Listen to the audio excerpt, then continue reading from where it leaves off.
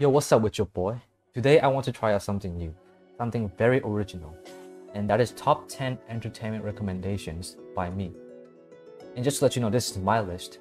If you came up with me and say, yo, Aki, where's this? Where's that? Well, this is my list, so I could care less. Whether or not you want to take this list serious or not, it's completely up to you. I mean, if you want to take notes, by all means, please do. Just remember that this is solely just for entertainment, and I'm doing this just to kill time. So before we begin, if you feel like you're getting bored, by all means, please click off the video. I'm not forcing anybody to watch this until the end. But if y'all are my real homies, you will watch this until the end. And a discussion. Alright, let's move on to the first category. We have Star Wars. So I know what you guys are thinking. There's Star Wars. Everybody watches Star Wars. Why do you need to recommend something Star Wars? Let me tell you this. Star Wars has been a pretty messy history over the past few years because of the sequels, and people didn't like them. I personally didn't like them. That is when I kind of stopped caring about Star Wars. Not until just recently, I just rewatched prequels, the original trilogies, and the animated shows, and let me tell you something.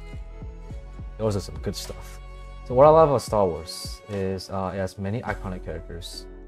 Too many iconic characters, to be honest. There's so many like role models, many characters that you can look up to, and that's really cool. And it has one of the coolest space battles in all movies, and that is just facts. And Siths are badass. Without Sith, Star Wars is trash. That's all I have to say. And most lightsaber battles are just pure breathtaking. I mean, have you seen Phantom Blood? And if you've seen that, and the Darth Maul versus Obi-Wan and Qui-Gon, still one of the best lightsaber battles to this day. And I'm not including the sequels. I don't want to talk about that. And the lores are very intriguing because Star Wars is a really big world, and if you have a really big world, yeah, you have a really good world buildings, and lores build up that stuff. And I feel like that's very interesting to see the old republics, and how the Jedi's were created, how the Siths were created, and just the old stuff, just how it began. It's very interesting to see. Here are some of my favorite characters. Y'all know Darth Maul, man. Favorite antagonists in Star Wars. Luke. I looked up to him when I was a kid. I still looked up to him. He's a really great character, and the sequel just ruined him for some reason. And we have Obi-Wan Kenobi, everybody's favorite Jedi. Overall, if you like sword fighting in space, please watch Star Wars. I'm sure you won't regret it. The next category we have is Ben 10. Okay, before you say anything, yes, Ben 10. I know you guys are all laughing like, oh, that's a kids show. Well, first of all, Ben 10 is not really a kids show. It is, but not for me. Just I had a really good childhood with it. When I used to live in Japan, I used to watch this show weekly by weekly. I used to talk with my homies at Japan. We had a really good discussion about the series, and it was a lot of fun. What I love about Ben 10 is, of course, it's my childhood, and Ben Tennyson was my idol figure. Yes, he was. I used to cosplay as him when I was younger, and people were like, yo, is that Ben Tennyson? That's right, man. Transform to aliens, baby. And it has badass aliens. I mean, the designs, man, they're incredible. I had a crush on Gwen. Yeah, just don't question it. And it has Vilgax, one of the best villain in the series. Now, Ben 10, I'm not talking about the new stuff. What is it called? The Ben 10 reboot or whatever that is. No, I'm not talking about that. I'm talking about the OG Ben 10. The Ben 10 Alien Forces, Ultimate Alien, that kind of stuff. And here are some of my favorite aliens. You already know Diamond Head, man. One of my favorite aliens. Alien X. You already know. Cool design, cool ability. And Swampfire. Really cool design. I think this is one of my favorite designs in all the Ben 10 aliens. Cool powers between, like, it has a mixture between plants and fire. Just all out cool character or alien. In conclusion, if you like aliens and space, go watch Ben 10. You won't regret it. Sorry. So the next category we have is MonsterVerse films. Now, I just recently, actually rewatched. Let me tell you this. It was really good. It was a fun ride, man. There were some people just hated it. I don't understand why. I thought they were cool movies and a lot of amazing CGI and cool monsters or kaiju or whatever you want to call it. Especially, I think Kong Skull Island is my favorite out of all the films, and the second would be King of Monsters, and the third one is the 2014 Godzilla. So what I love about the monster film is that it has, of course, amazing usage of CGI. Awesome to see many childhood monsters in modern style, because I used to really love Godzilla back in the days, and seeing that Godzilla in a modern style is really incredible. And Godzilla just fucking epic, man. And he's just epic. And humans are actually relevant to the plot, because as you can see, like old films, like old Godzilla movies, the humans are actually so useless. They just wasted them, and humans are actually doing something in these films, and I really love that. And just too many hype moments, as self-explanatory. I can't wait for the new Godzilla vs King Kong movie coming out next month, and yeah, I know I'm gonna love that movie. Yeah. Godzilla, one of my favorite monsters versus King Kong. It's gonna be great. These are some of my favorite kaijus, and notice I say kaijus, not monsters. If I say monsters, I will add King Kong in here. But kaijus are, y'all know Godzilla, my boy, and King Ghidorah, badass alien creature with lightning. In conclusion, if you like big monsters, fighting big monsters, you're gonna love these films. I promise you that. The next category we have is the boys. Oh, boys, man. Let me tell you something about the show. It is absolutely incredible. I watched it like earlier this year. And before I watched it, I was skeptical about watching this, because I thought it was gonna be this cliche superhero TV shows that so similar to like MCU. I was wrong. I was totally wrong.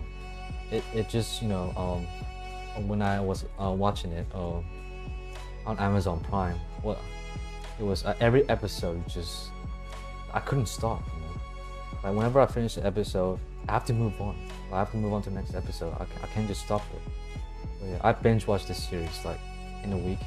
It was really great. Here are some of my favorite stuff in The Boys. It demonstrates how superhero will probably be in real life. I mean, think about it. If superheroes were in this earth, and in our earth, how would it be? Would they be, would their morals be different? You know, something like that. It's very, it shows realism to the show, or to superheroes, should I say. And the main character has balls of steel. I'm talking about Huey, actually. And Huey is actually one of my favorite characters. Well, he's one of my favorite, but there's other three others that are better than him. But yeah, he has the balls of steels. And the duality of Billy Butcher and Homelander is the best. The protagonist versus the antagonist. The relationship is very intriguing.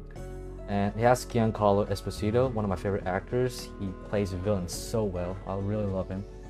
And of course, Starlight, best girl. You already know. And it's bloody diabolical. Sorry, the accent is terrible. You know, some of my favorite characters. You already know Billy Butcher, badass, savage, doesn't give a fuck. Got Homelander, he can do whatever the fuck he wants. And Stargirl, Starlight, sorry. One of the most relatable character in the series. And overall, if you're looking for a series that's superhero related, but not really, because it has realism in it. Yeah, if you like just superhero in general, watch The Boys. And plus, if you like I don't know, blood, like gruesome stuff, or like really bloody stuff, and yeah, this is a series for you. So moving on, the next category is seinen manga. Okay. Now I know what you guys are thinking. What about shonen manga? What about that? Well, here's the thing.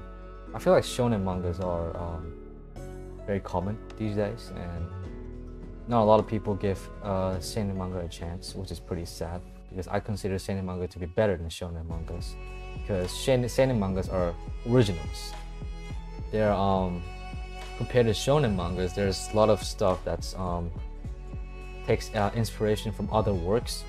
I don't want to say copy, but they're very similar. Yes, I'm looking at you, Black Clover, my hero. Jujutsu Kaisen. Oh wait, yeah, Jujutsu Kaisen.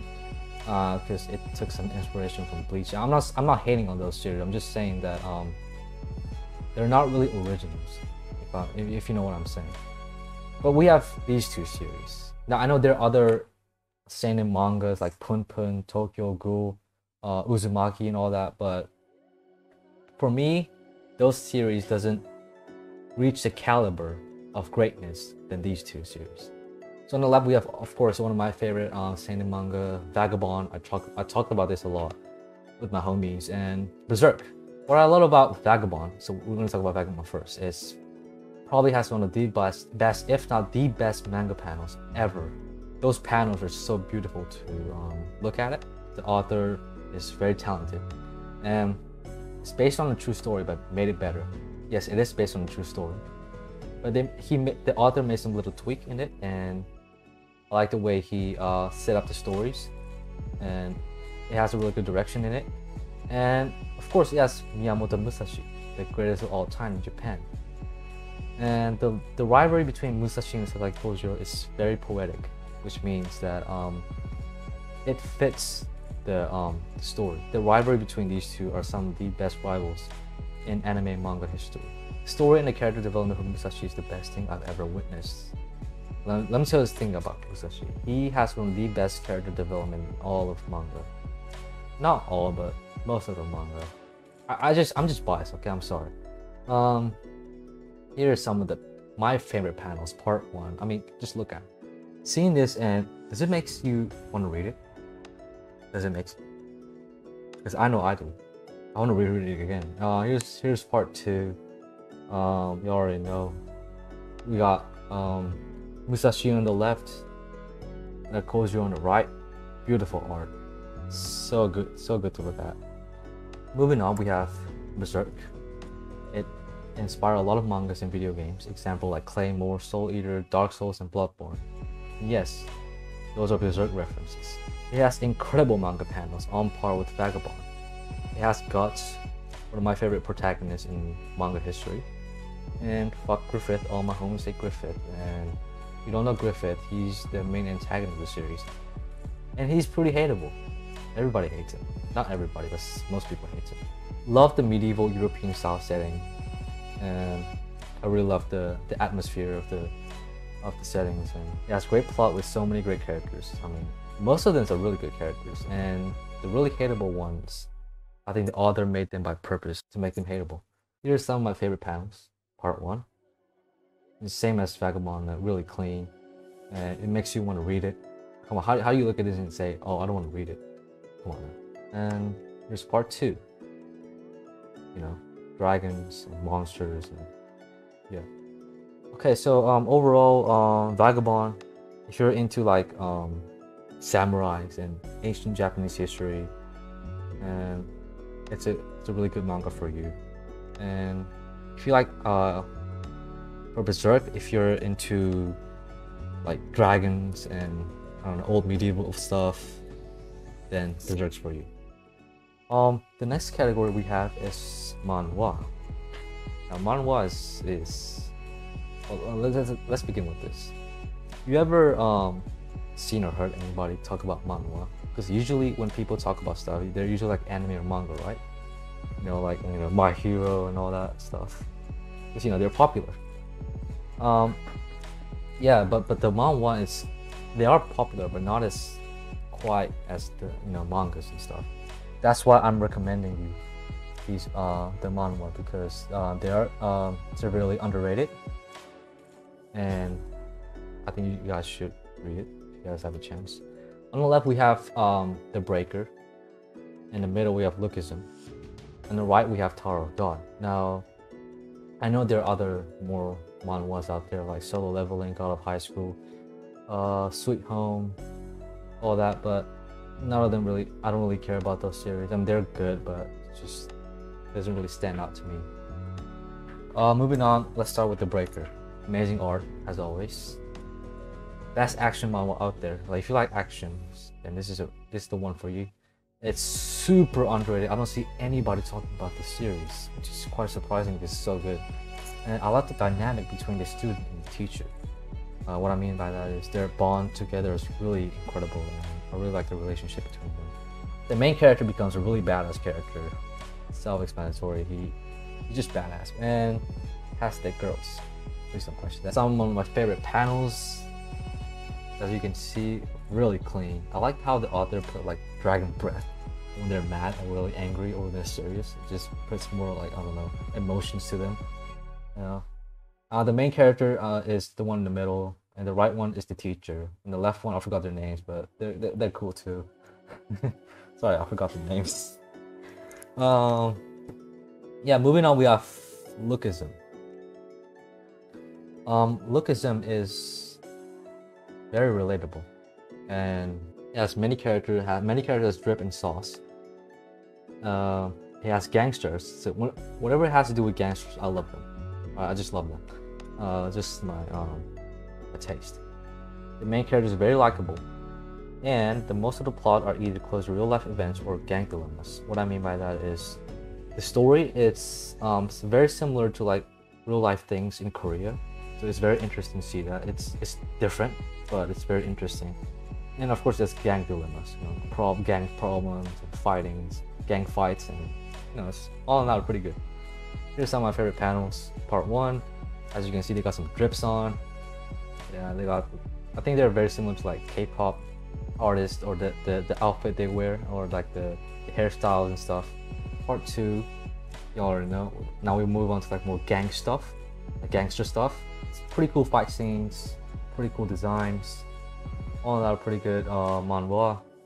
And if you like I don't know, Korean stuff, like Korean culture, then this is a series for you.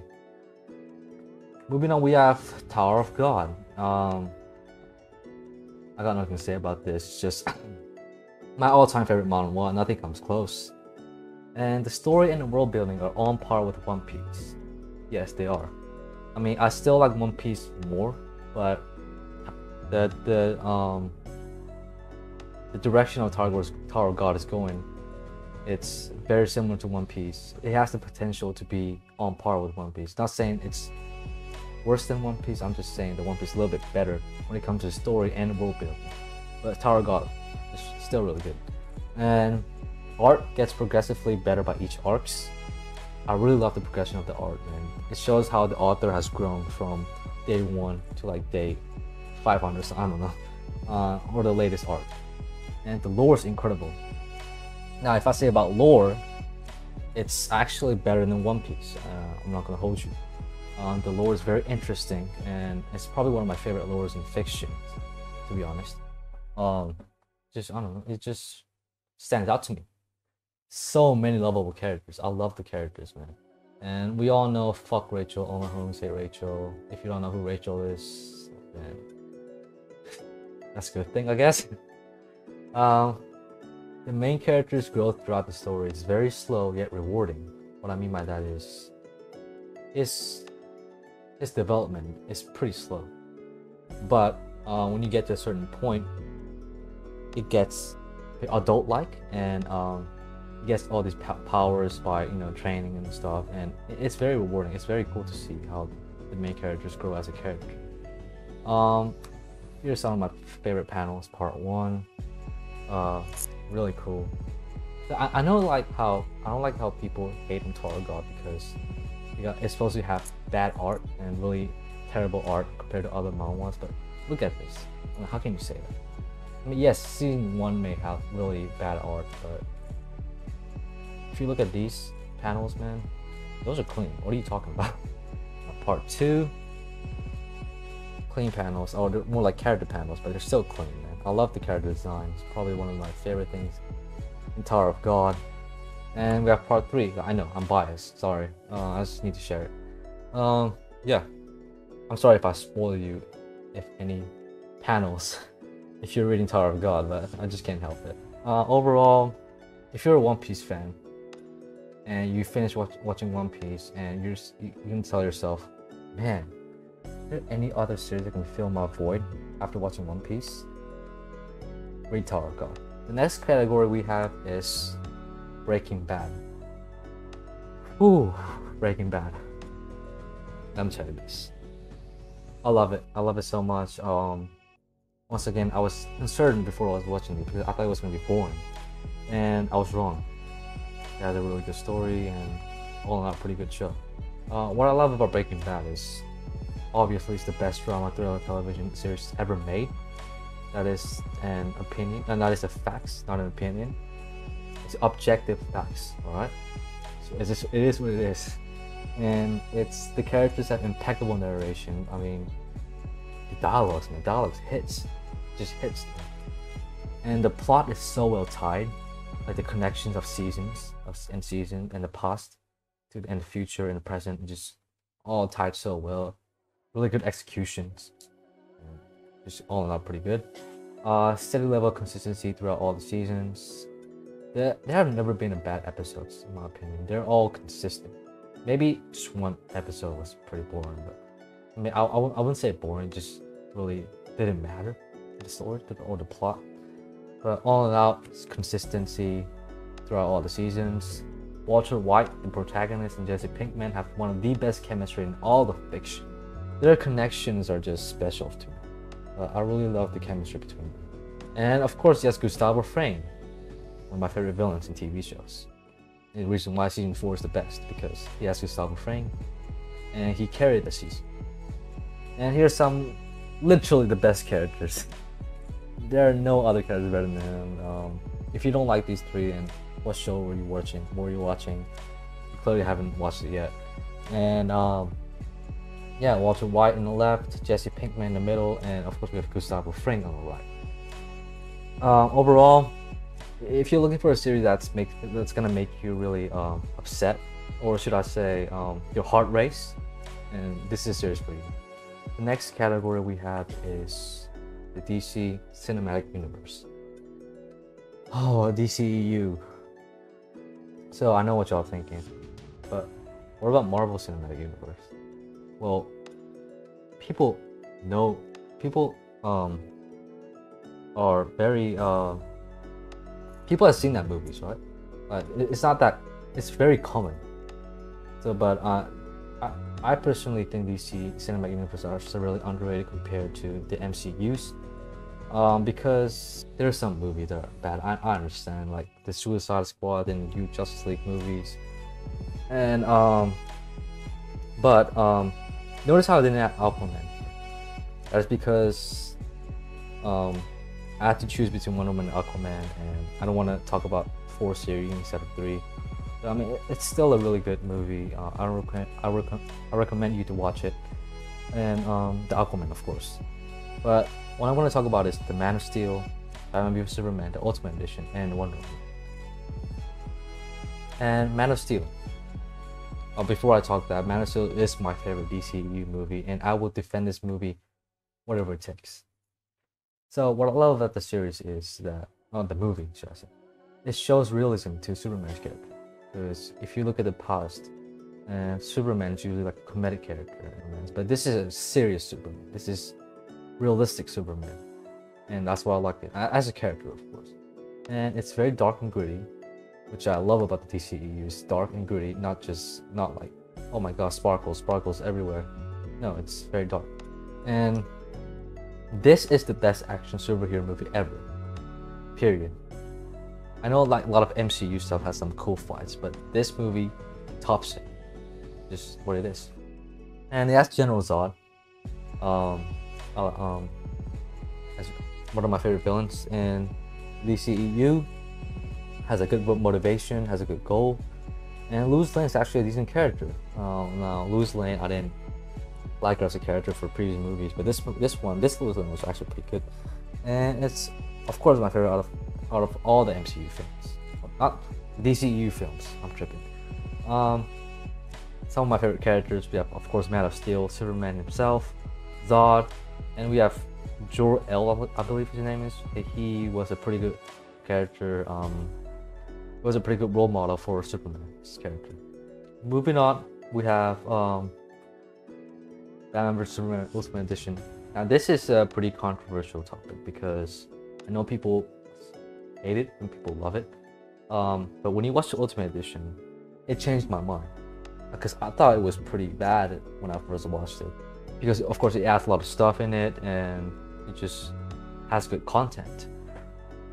So what I love about that movie is Batman doesn't give a fuck, and I love it. And he's just done with this world and just doesn't care anymore. And he started to kill people, and I mean, I know a lot of people hate Batfleck, or should I say, yeah, Batfleck. But I personally love it. He's a really good character, and too many awesome actions.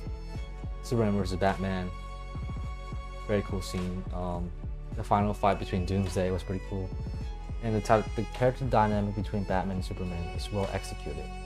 And I know a lot of you are saying, "Oh well, their fight doesn't make any sense. Why are they even fighting?" Well, if you look at the movie closely, you understand it, and maybe you need to rewatch the movie to fully comprehend their relationship between those two. The warehouse scene is by far the best thing I ever witnessed in a superhero movie. I mean, God, dude, it reminds me of an Arkham game, dude. That scene was so epic. Yeah, it's one of the best foreshadowings. At one part, Batman had a dream about the future, and Flash going to the past, and it's setting up something really big in the future, and I really love that. Moving on, we have, oh sorry, the best characters, of course. Batman and Superman, not really much to explain, just the best characters in the film. Moving on, we have Wonder Woman. I really love the romance between Diana and Steve. I think it's a great dynamic between those two. Gal Gadot's performance impeccable. I mean, I loved her character. I loved her. She's the perfect role for Wonder Woman. Like, no one does better than her. And I love the tone and the atmosphere. Yeah. And the supporting cast were useful. Cause you ever think like Wonder Woman? She's a god, right? She's half god, and she always does that stuff by herself. But the human cast, were very useful, and yeah, it gives their time to shine. And Wonder Woman sets an example as a role model, which means that many people look up to her. Not many female superhero is a role model. I mean, I think Wonder Woman is the only exception. And once again, the movie proves us that she is better than all MCU female superheroes. No disrespect to Black Widow and Captain Marvel and all that, but she's just better than them. Just facts. Here are some of my favorite characters. We all know Steve and Diana. Overall, those films, I mean, you don't have to watch all the DCU films. Just watch the one that I've mentioned. Those three are really good. If you're into actions and or mainly if you're just into actions and superheroes, those movies are just for you. Moving on, number 2, From Software games. Oh God, this is gonna be interesting. Okay, so From Software games. They are very unique games, and what I mean unique is by there are other games that are pretty good as well, but especially the From Software games are just the one that's beyond good, or should I say really awesome compared to other video games. So of course we have Dark Souls 3, Bloodborne, Sekiro, and see what I love about those games is that they're very unforgiving yet forgiven at the same times, because they're unforgiving because it's very hard and it gives you blood pressure. Oh God. But if you like overcome those challenges, you're gonna feel really satisfied. You're gonna feel like you achieved something in life. That's why it's forgiving. And yeah, they are the pinnacle of gaming. I don't think there are other games that are topping these three as experience, of course, for me. The reason why I don't talk about each three games separately, because I haven't really beaten Bloodborne or Dark Souls 3 yet. Well, I almost beat Dark Souls 3, but I just gave up on it because I was younger and I had anger issues, and I was stuck in Nameless King. But Bloodborne right now, I just recently started it, and it's really great so far. And I haven't gotten that much time to play video games just recently, and so yeah. For Sekiro, of course, one of my favorite games of all time. I beat that game 6 times. I'm on New Game Plus 7. Just want to point that out. That's why I'm talking about this From Software games all together. And I'm not adding Dark Souls 1, 2, or Demon Souls because I don't really have much knowledge on them. Okay, so these games, what I love about them is it has the perfect balance between action and story. Now I know a lot of like gaming, like new generation games are more like story simulator, like walking simulator and cutscene simulator, and I'm not hating it. I'm not hating. It's just what it is. But I feel like the From Software games are just it has the perfect balance between story and action, because in story you have to, unlike other games, you have to find the story. You have to look for story to understand it, and of course, by doing that, you do the action and stuff. And when you get to a certain goal or certain places, you get these like revelations, the answers that you're looking for. So yeah, I really love that. And Hidetaka Miyazaki, the principal or the president of From Software Games, is the greatest of all time of all video game producers. Yeah, he's just a goat, man. He knows what he's doing. I know there are other game producers like Kojima and Sakurai, but Miyazaki is the goat. Also, he made a collaboration with one of the most famous author in the world, George R.R. Martin. He's the writer of Game of Thrones, and they made a collab, and they're making Elden Ring, which is gonna come out probably sooner, I guess. They haven't really confirmed which date that they're gonna release, but I'm looking forward to that game, man. The graphics are way ahead of its time. I feel like back in the days, Dark Souls were like were considered to be one of the iconic games of all time, man. Right? People reference that game, and people take inspiration from that game. So many hidden details in all 3 games. Here's the thing that separates between the From Software games and other games. Just in other games, there's like goals or like there are checkpoints that it leads you to it, right? And you just follow that. But in this game, it doesn't have that. You yourself has to find it. You have to go there. You don't have any maps or anything. And once you finish the games, and trust me, if you finish the game, you're gonna leave so many hidden details behind. So if you want to find those hidden details, you have to go to New Game Plus and find them. And I think that's what makes it more enjoyable, more entertaining. Yeah, it's just all in all really, it's a good idea, to be honest. The atmosphere is just speechless. God, atmosphere, especially Bloodborne, man. The setting, buildings, the landscapes, just especially Sekiro is A+. Really love it. Of course, yes, incredible lore and world building. I think From Software game has one of the best lores when it comes to like story and stuff, and it has the best world building. It's just what it is, man.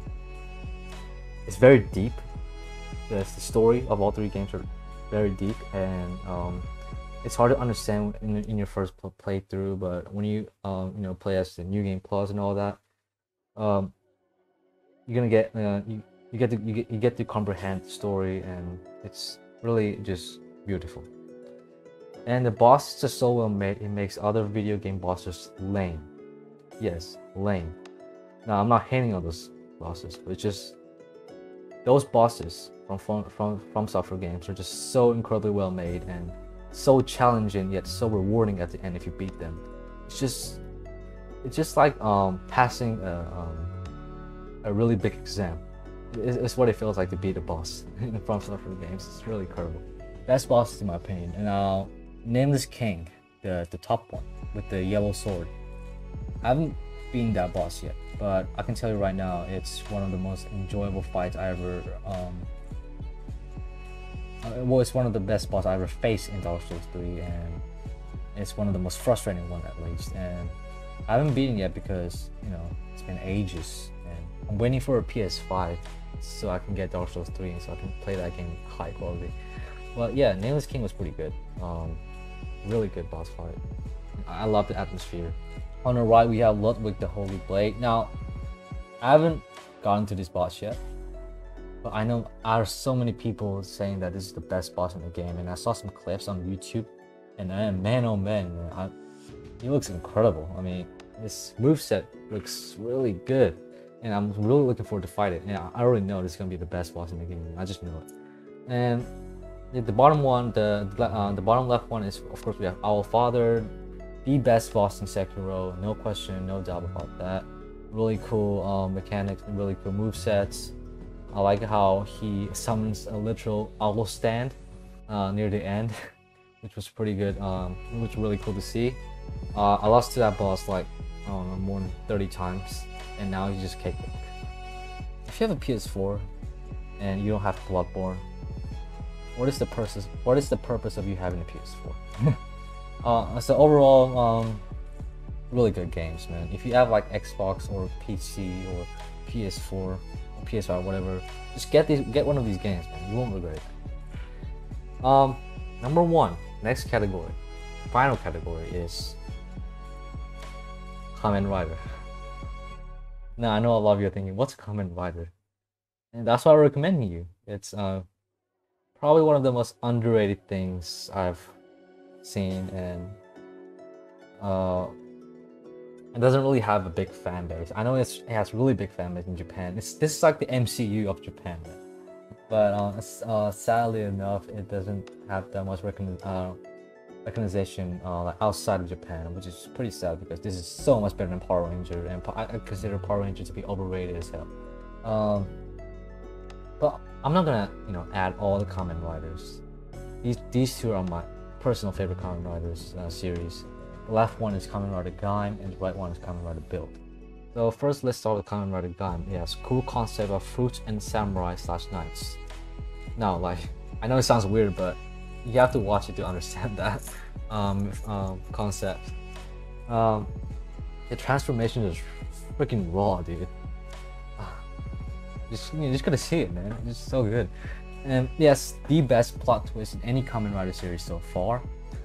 Near the end, you're gonna have this big revelations. And a lot of people say Kamen Riders for children. I mean, the target audience is for children, but the source material itself, it's not really for children, to be honest. The story is pretty tragic if you think about it, and the MC, the main character, is extremely likable. I really love the main character, and it has so many betrayals. You all know I love me some betrayals, man. It makes the story more interesting. Here's some of my favorite characters. Badass design, badass characters. We got the left one is the main character, Gaim. Middle one we have Zangetsu, yes, the Bleach reference. And right we have, I believe his name was Baron. Yeah, Baron, and yeah. He's probably the most interesting character in the series. Next up, we have Kamen Rider Build, and Kamen Rider Build is the plot is easily the best one in all Kamen Rider series so far. That is just facts, and the bond between the protagonist and deuteragonist are incredible. And if you guys don't know what deuteragonist is, I said that wrong. Deuteragonist is the secondary character, and the bond between those two are just impeccable. I love those characters, and I love the scientific vibe of it. It's very sci-fi-ish vibe to it. I love that, and the main character is so smart. He's extremely smart, and I love smart main characters. And the main the main villain is very likable yet hateable at the same time. Yeah, the main villain, he's very I don't know. He's very funny at sometimes, but he's very serious at another time. But he is considered to be one of the strongest characters in Kamen Rider series. And then again, I could be wrong. Transformation is just epic. Just freaking epic, dude. One of my favorite characters. We have Build on the left. I'm sorry about the second one is the secondary character, and I forgot the name. I believe it's Ryuga or something like that, and I don't know. And the third one is, I believe his name is Grease. And the fourth one is Evolt. He's the main villain of the series. I love the character designs, man. Just look at the character design. It's freaking epic, dude. Thank you for watching. No, I understand I understand the video is really long, and I'm pretty sure most of you are just got bored. watching it, and I know I butchered some wordings and stuff, but I mean, it was a really fun to talk about my personal feelings about these entertainment, or if you want to have a chance to watch or read them, please do. Um, I want to have I really want to have the discussion with the series with y'all. Of course, especially my homies. And yeah, thank you for watching. I'll see you next time.